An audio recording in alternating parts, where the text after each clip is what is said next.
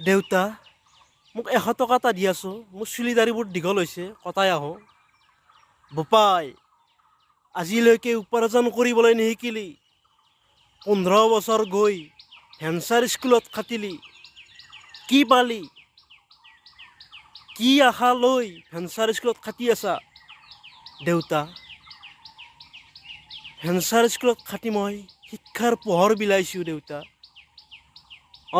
তই শিক্ষাৰ পোহৰেই বিলাই থাক, এইফালে তোমাৰ জীৱন অন্ধকাৰ হৈ যাক। এনেকৈ শিক্ষাৰ পোহৰ বিলাই থাক, এদিন তুমি নাঙঠ হৈ যাবা। দেউতা, তেনেকৈ কিয় কৈছা দেউতা? আশা কৰিছোঁ দেউতা, আগলৈ চাকৰিটো হ'লে মই ভালদৰে খাব পাৰিম। তোমাৰ চাকৰি হৈ যাব, আৰু 15 বছৰ খাটা। এনেকৈ চাকৰি আশা বাদ দিয়া। যদি কোম্পানীত কাম কৰিলা হয় 15 বছৰ, 15,000 কৰিলেও 1.5 লাখ টকা পালা হয়। এটা বিজনেছ কৰিব পাৰিলাহেঁতেন। নাই, সেইটো নকৰিলা।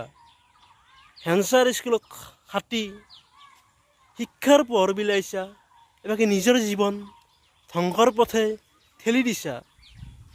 এনেকৈ কি হ'ব? আজি মোৰ পৰা পইচা লৈছা, কালিৰ পৰা আৰু কাৰোবাৰ পৰা ধাৰ ল'বা। তেনেকৈ চলিলে তোমাৰ জীৱন কি হ'ব?